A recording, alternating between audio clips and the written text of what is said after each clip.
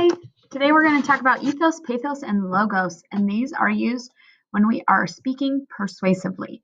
So persuasive speaking is when we're trying to change somebody's mind about something or get them to do something that we want them to do. Persuasive speaking is different from informative speaking because it has some aspects of informative speaking. You have to inform somebody about something in order to persuade them. But then it has the extra bonus piece of you're going to tell them what to do. You're going to convince them that they need to do something or change something about their life or how they think about something. So ethos, pathos, and logos are Latin words that Aristotle believed you needed to have all three pieces in order to be the most persuasive. So you can have one piece and be a little persuasive, but if you have all three parts, ethos, pathos, and logos, you would be the most successful when you're speaking persuasively. So the first part is called ethos. Ethos is an appeal to credibility. So ethos relates to me as the speaker. So I can be persuasive by using my credibility and using that in what I say. The audience already knows who I am. I have some automatic credibility. If they don't know that, I may need to tell some information. Also, you might have ethos about one thing, but not about another. So, for example, my ethos is increased, or I have ethos when I'm talking about teaching or coaching speech and debate or being a really awesome dog mom. I don't have ethos if I were to talk about medicine or surgery or things related to the military because I don't know anything about that. I've not been trained in any of those areas. I haven't been to any conferences, or I haven't read a lot of academic papers. I'm not really credible to talk about those things. So if I were to talk about why you should become a doctor or join the Air Force, I might be able to give good information, and I even might be able to persuade you. But if I was a doctor or a pilot in the Air Force, I would have way more credibility to talk about those certain areas. So you probably want somebody like that to persuade you to do those careers instead of somebody like me, who's a teacher and a coach.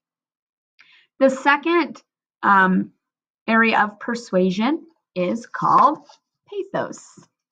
Pathos is an appeal to your emotions. So pathos is all about the audience. As a speaker, I want to appeal to the emotions of my audience. And if I can do that, they are more likely to be persuaded. So oftentimes we think of emotions like making them feel sad, but there are a whole wide range of emotions. We can make our audience laugh. That's an emotion. It means they think something's funny, they're enjoying themselves. If we can make them sad or angry or excited, all of those are emotions. We can get our audience to feel that way in our speech, we're going to be more persuasive. Okay. So now if I can be credible and I can appeal to my audience's emotion through what I say, then I'm going to be way more successful than if I just do one. But if you have all three modes of persuasion, then you're going to be the most successful. And the final mode is called logos. Logos sounds like logic.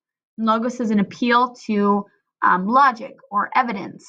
So if you can cite sources or use really sound logic, then you're going to be the most persuasive. So in speeches, when you say the author's name and their credentials, the author's name and the source, you're giving yourself credibility by citing good quality sources.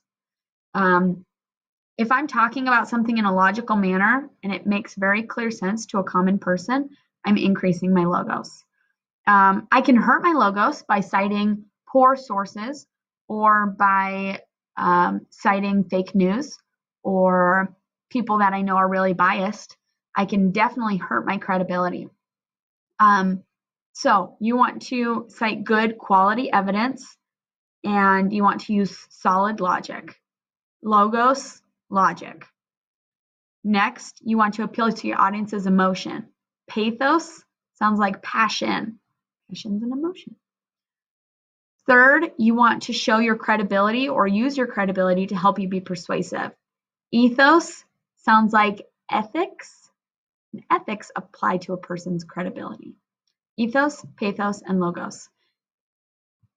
And you use these when you're persuading to be the most successful in persuasion.